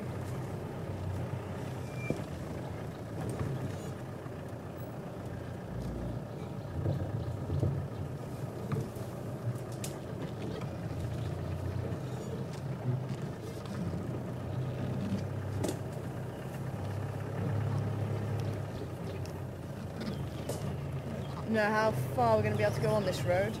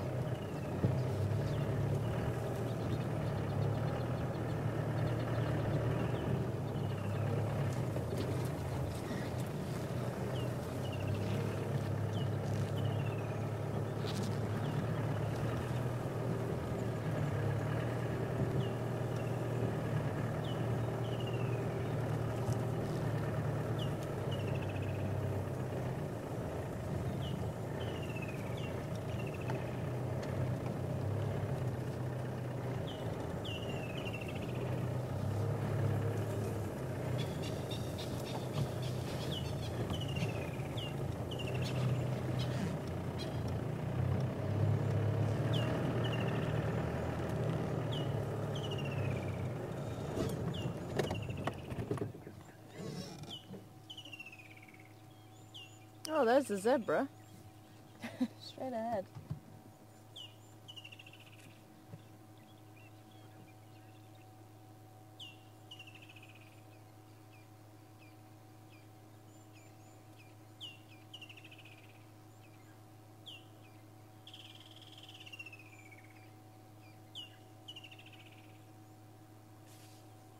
Cool.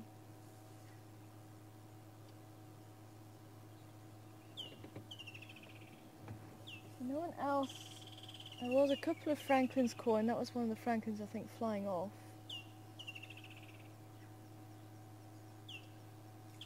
I hear just one or two calls. So maybe it was a snake. It could still have been a predator and it's just moved off.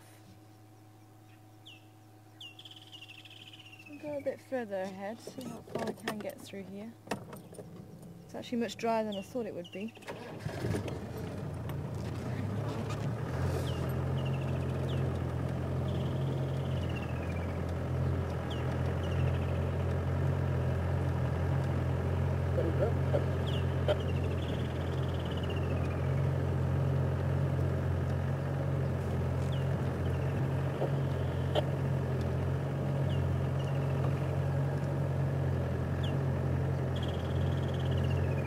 This is one of the favourite spots of the boys, Karula.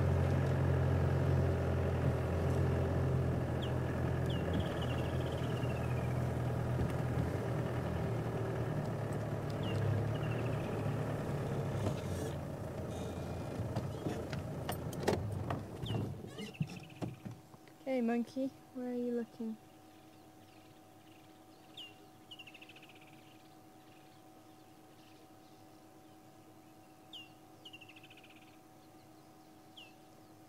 Okay, well, that one's looking straight down.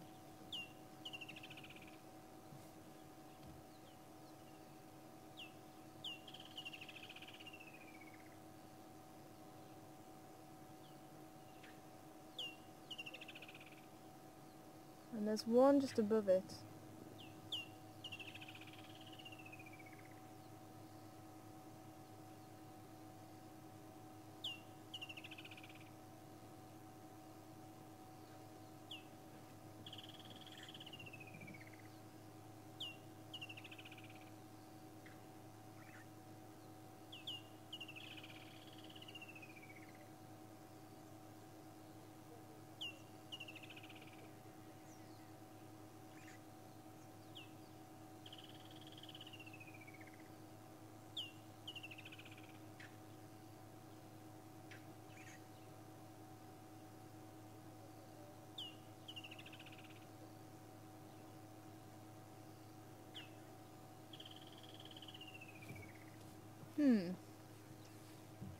So it could be a leopard just lying down just in here.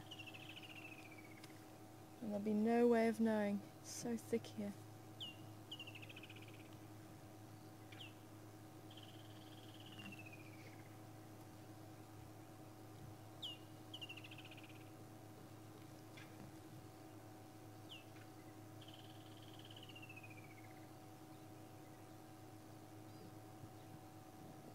They do seem to be looking down more than anything, so I think there is something moving around on the ground.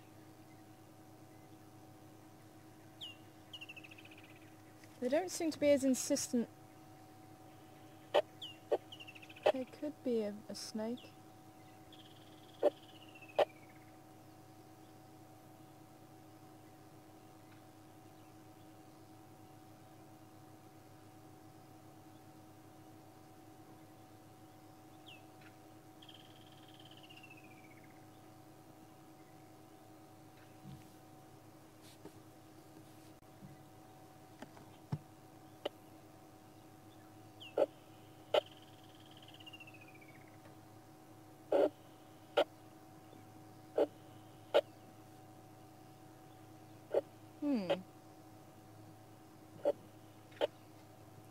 I'll see if we can maybe make our way up here. It looks like it could be dry enough. I'll have a quick look. I see there's another monkey here not calling. See just the movement in the branches.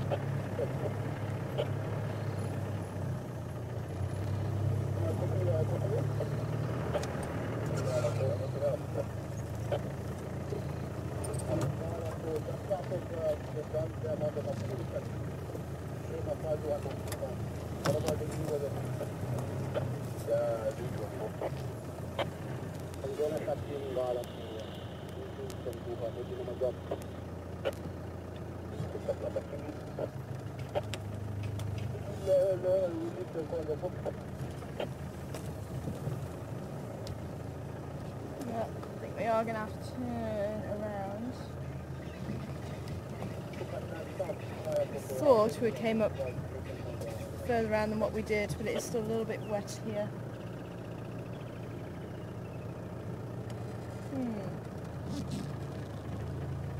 Oh, we should just have to keep a very close eye on what's going on around here during the day. I'm sure Sipiwe will keep a very good lookout. Are we on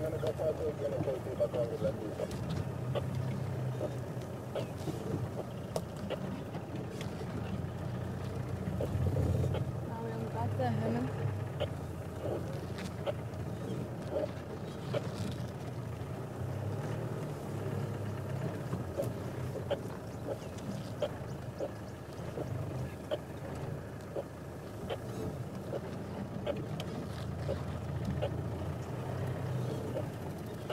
Okay, well we'll try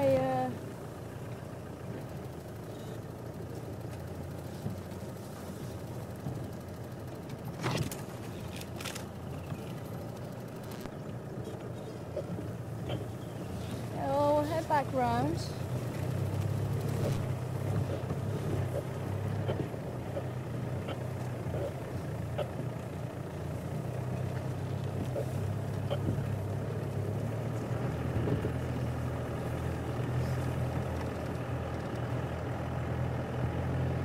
Oh, it was worth a try. It was worth a try. We could have been lucky.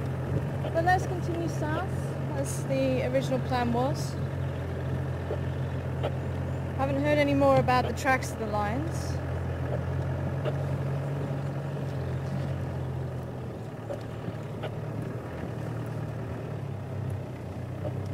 See the rims of the lodge.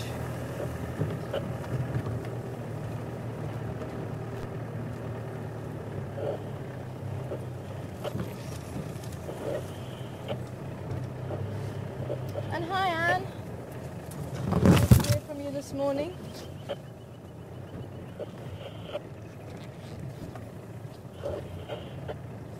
And you're wanting to know the difference between a Canadian and Egyptian goose.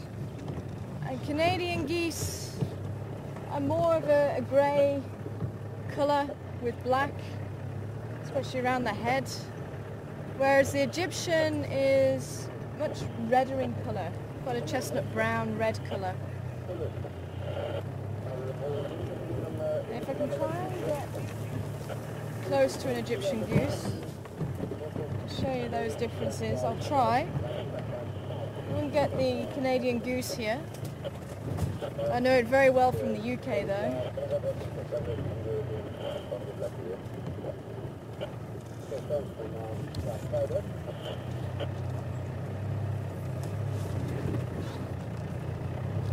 They do migrate, and the UK is on the migratory route, as I'm sure you do know. And I think there's not too much size difference. If I can remember rightly, the Canadian goose is quite a small goose.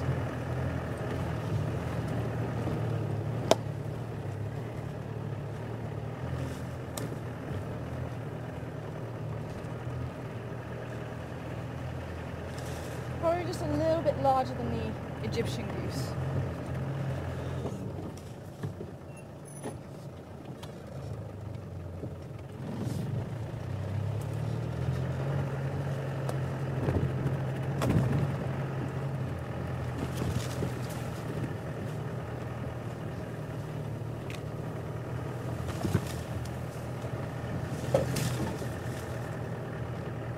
It's actually one of the geese that's one of the highest flying bird species, the bar-headed goose. Slightly larger than the Canadian goose. They're known to fly at extremely high altitudes.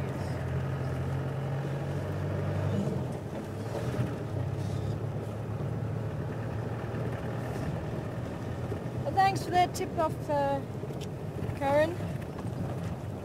It's been fantastic if it came to something, but unfortunately I think today the bush has kept a secret. So I'll certainly keep a watch on the waterhole camera today. I think one of the boys might just pop out. I'll certainly give it another go later on this afternoon.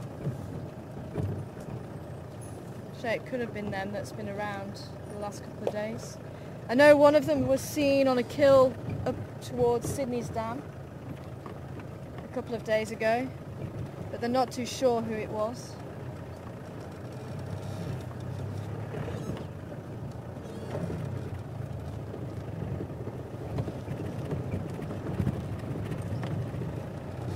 Well, let's take Central down.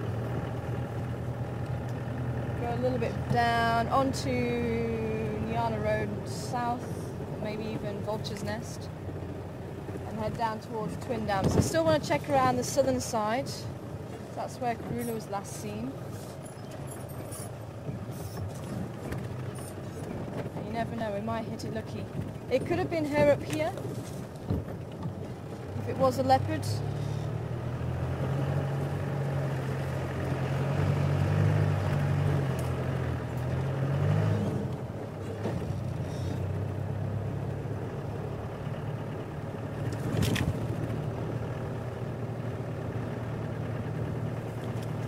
zebras have disappeared again.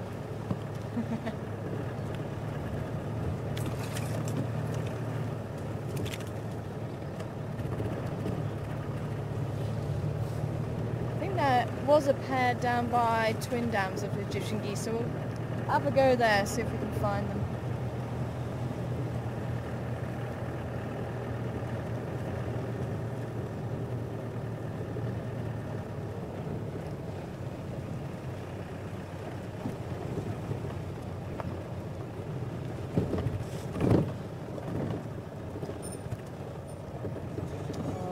Beautiful through there. I don't know if we can get a quick shot of the impala drinking.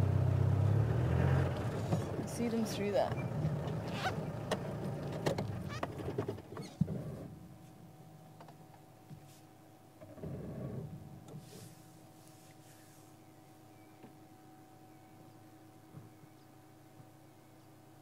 So I'm not fully convinced if it was a leopard around here, because the impala didn't take up the call, the zebra didn't take up the call, but Franklin did. That's what makes me think maybe it was more likely a snake. With them looking down and not being so insistent.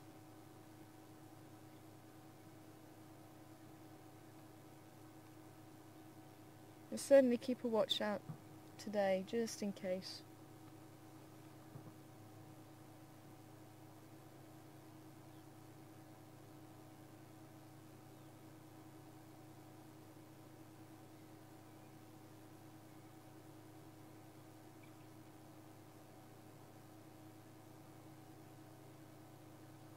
That monkey is still calling and they're not really paying too much attention.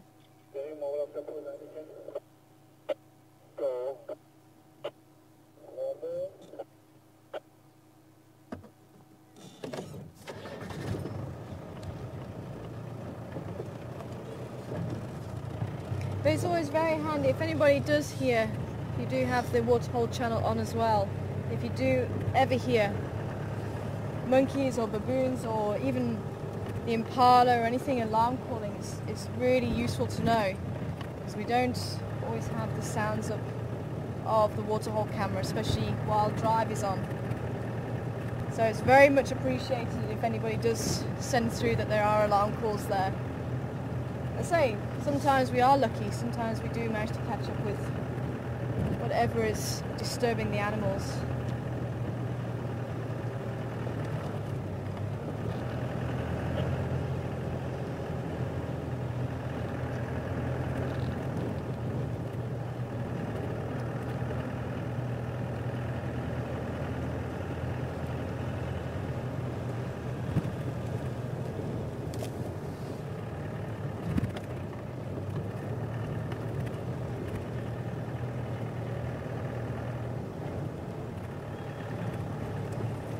I'm hoping lightning is going to strike twice here.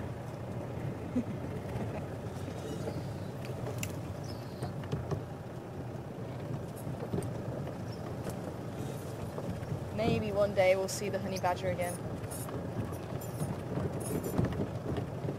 Although this time of day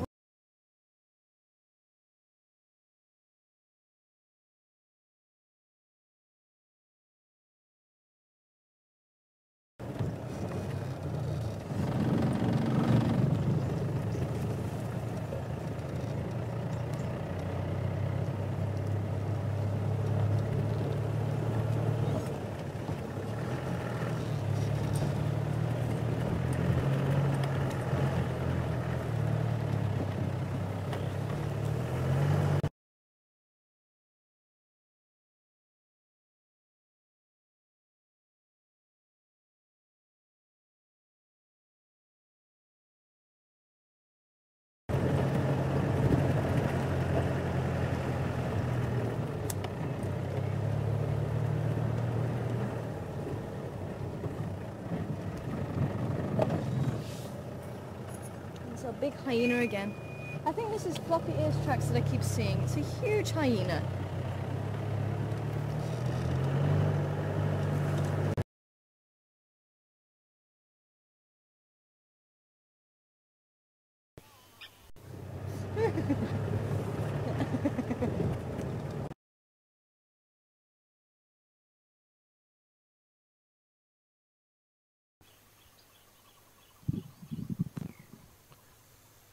Hi everyone, this is Craig in Final Control, and as you can see we've just lost a picture from the Gunda, working with Herman to re-establish it, and when we get it back we'll be crossing straight back to Tara and Herman around Gowrie Dam area. So apologies for the inconvenience, and just bear with us, enjoy the looping tape, and we'll come back to you as soon as we can.